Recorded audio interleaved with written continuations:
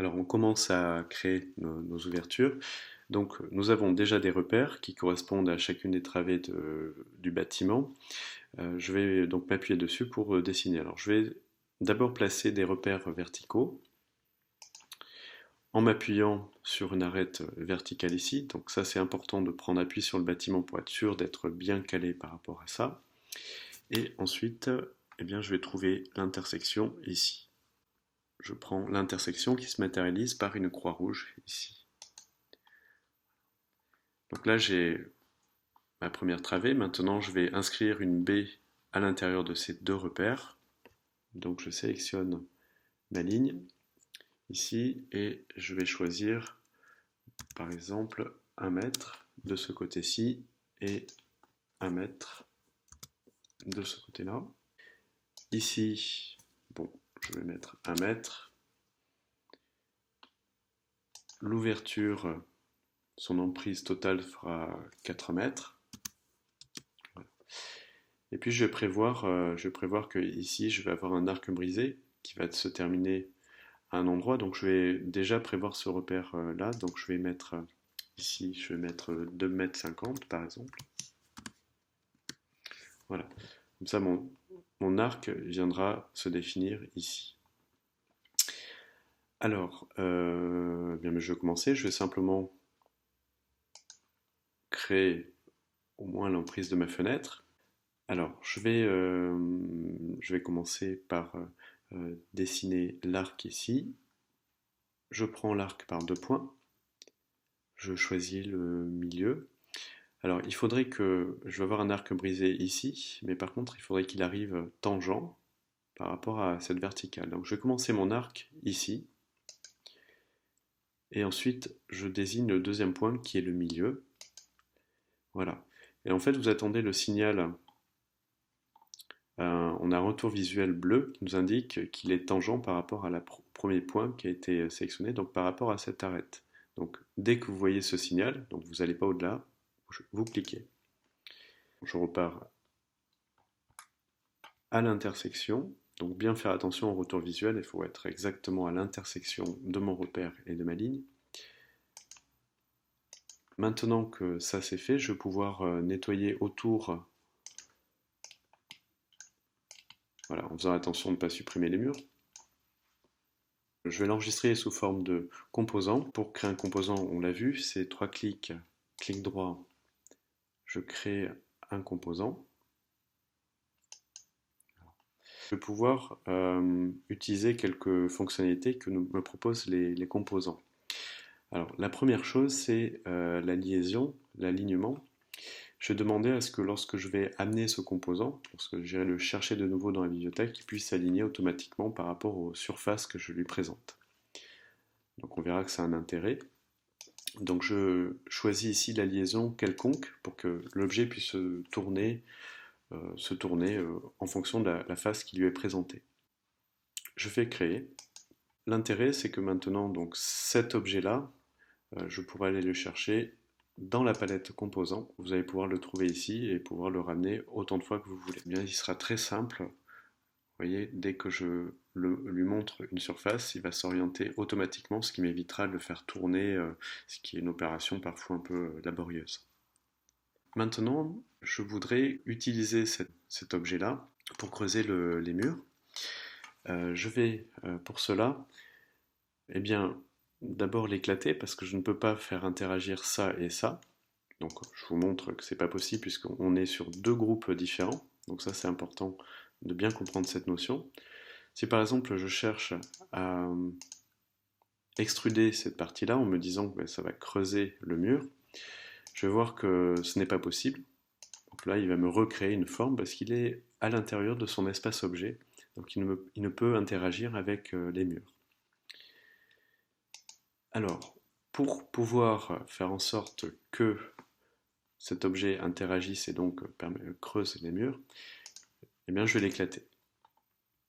Clic droit, éclater. Donc là, je me retrouve, j'ai que la moitié du problème résolu, puisque là j'ai donc un objet, mais ici j'ai toujours un groupe. Donc il faudrait que je fasse en sorte que cette face soit dans ce groupe. Donc pour faire ça, 2 clics, 3 clics pour bien sélectionner l'ensemble. Je vais dans Édition, Couper, je double-clique sur le groupe mur pour l'ouvrir. Donc on voit qu'il est en mode édition ici. Et je fais Édition, Coller sur place. Voilà, ça veut dire que ma forme est maintenant au même niveau et bien sur ce groupe-là. Donc je peux vérifier ici. Voilà. Donc là, je vais pouvoir creuser. Donc je reviens au point de départ. Donc maintenant que j'ai l'emprise de cette fenêtre, je vais recopier cet élément de l'autre côté dans un premier temps. Donc pour ça, je sélectionne l'élément, je choisis déplacer. Et pour être sûr d'arriver exactement au même endroit, eh bien, je vais prendre un point de base que je peux retrouver ici, par exemple. Donc là, je prends le point de base à cet endroit, j'appuie sur Alt ici et je clique ici. Alors, il est recopié, mais comme il s'agit d'une simple surface, on a un problème de ce qu'on appelle de normal des faces, c'est-à-dire qu'on a cette face qui est inversée. Quand vous voyez une face bleue, il faut corriger rapidement de suite le problème, parce qu'après ça peut générer des erreurs en termes de modélisation. Alors pour inverser une face, on clique droit dessus et on choisit inverser les faces, voilà, pour retrouver quelque chose en blanc ici. Alors maintenant que j'ai copié cette ouverture, je vais la dupliquer en réseau, comme on a vu, c'est la même chose que pour les colonnes. Donc je sélectionne cette fenêtre, elle est sélectionnée. Je sélectionne également celle-ci en appuyant sur Maj pour pouvoir bien sélectionner les deux. Et enfin, donc ça vous commencez à connaître, je prends l'outil déplacer. Je vais prendre un point de base, il faudrait que l'écart soit égal à chaque fois, donc même principe, je vais aller chercher un point de base qui correspond à l'extrémité de cette travée.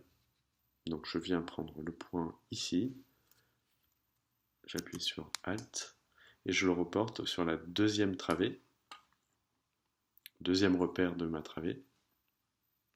Vérifiez bien que vous êtes bien sur la croix, que là, on a bien ce retour visuel d'une croix qui m'indique que je suis exactement à l'intersection.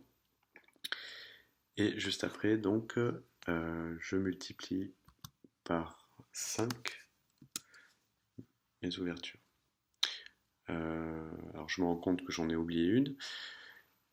On devrait en avoir une ici. Alors, c'est pas très grave, je sélectionne les deux. Et je duplique en prenant, par exemple, ce point-là pour avoir exactement l'écart. Alt, ici.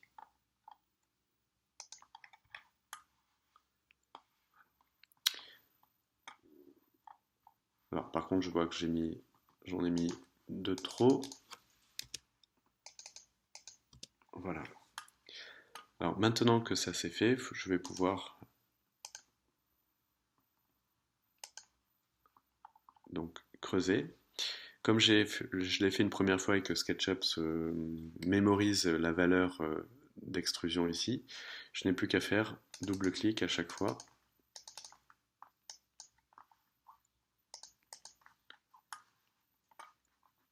Double-clic. Faites attention de ne pas bouger la souris pendant cette opération. Voilà. Donc si j'ai fait un composant, c'est pour pouvoir après me retravailler. Par exemple, si je souhaite mettre des ouvertures ici, je vais chercher mon composant ici, puis je vais pouvoir l'amener. Et comme j'ai réglé l'alignement, je pourrais le poser. Donc là, je vais un peu plus vite. Vous avez compris le principe, il aurait fallu mettre des repères. Ceci, je l'éclate, donc clic droit, éclater. Je coupe, édition, couper cet élément pour venir le placer à l'intérieur du groupe en double-cliquant sur le groupe mur, édition, coller sur place. Voilà. Et ensuite, eh bien, je peux continuer ma modélisation. Voilà, donc là je ne termine pas parce que vous avez compris le principe. À vous de continuer de créer ces ouvertures.